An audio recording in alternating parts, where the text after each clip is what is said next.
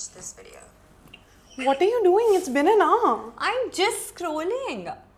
What if the reason you can't stop scrolling has less to do with willpower and more to do with the fact that your phone knows exactly what you want to see next?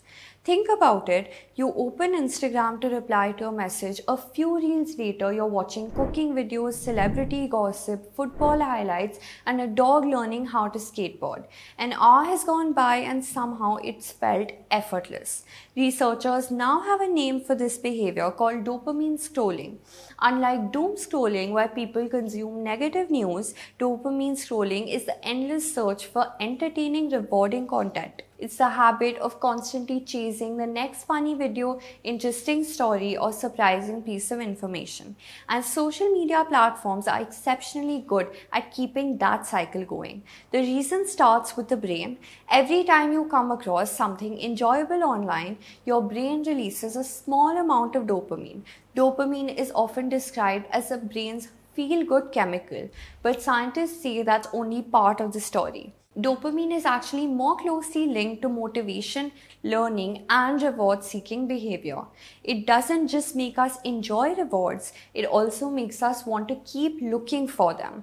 That's why social media feeds are often compared to slot machines. Every swipe carries a possibility. The next post could be hilarious, it could be shocking, it could be something you've never seen before, or it could be completely boring. The uncertainty is the key.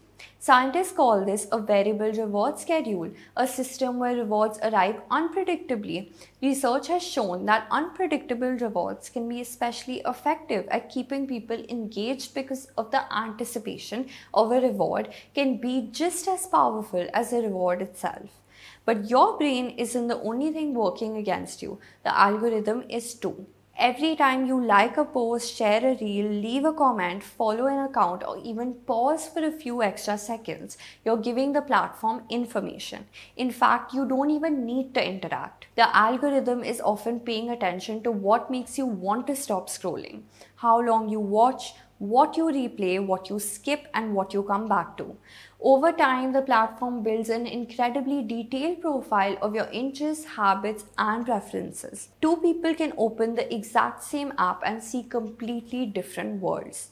One person's feed might be full of fitness videos, another might see football clips, someone else might get travel content, fashion, politics, or conspiracy theories. The feed becomes uniquely tailored for each user. In other words, you're not just consuming content. The algorithm is constantly learning how to keep your attention. And social media platforms remove almost every natural cue that tells us to stop. Books have final chapters, movies have end credits, television shows finish. Social media does not. Features like infinite scrolling, autoplay, pull to refresh ensure there's always something waiting for the next swipe.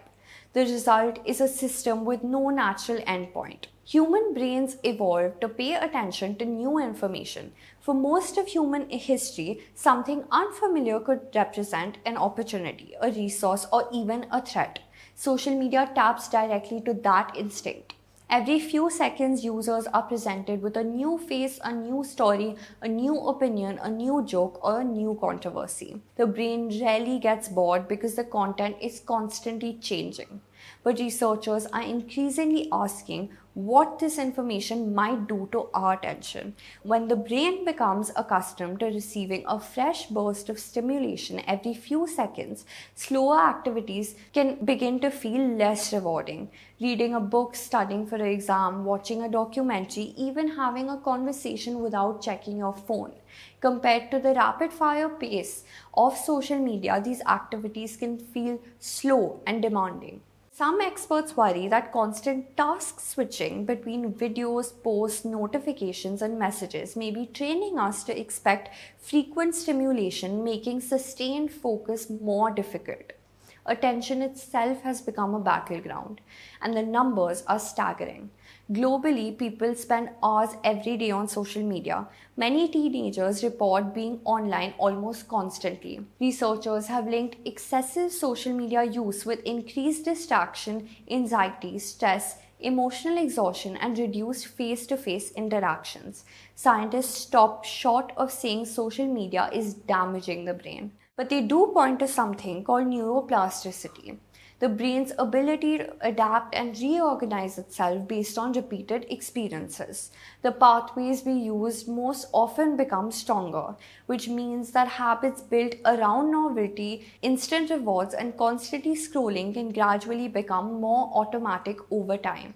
The good news: understanding how these systems work is the first step towards taking back control, because social media isn't inherently bad.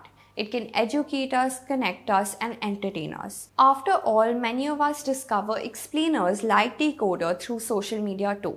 But the next time you find yourself saying just one more reel, remember this: behind every swipe is a platform learning from your behavior, an algorithm competing for your attention, and a brain wired to keep searching for the next reward. Social media can distract us, but it can also inform us. The difference often comes down to whether we are consciously choosing what we consume or simply letting the algorithm choose for us. For more such explainers, keep watching Decoder.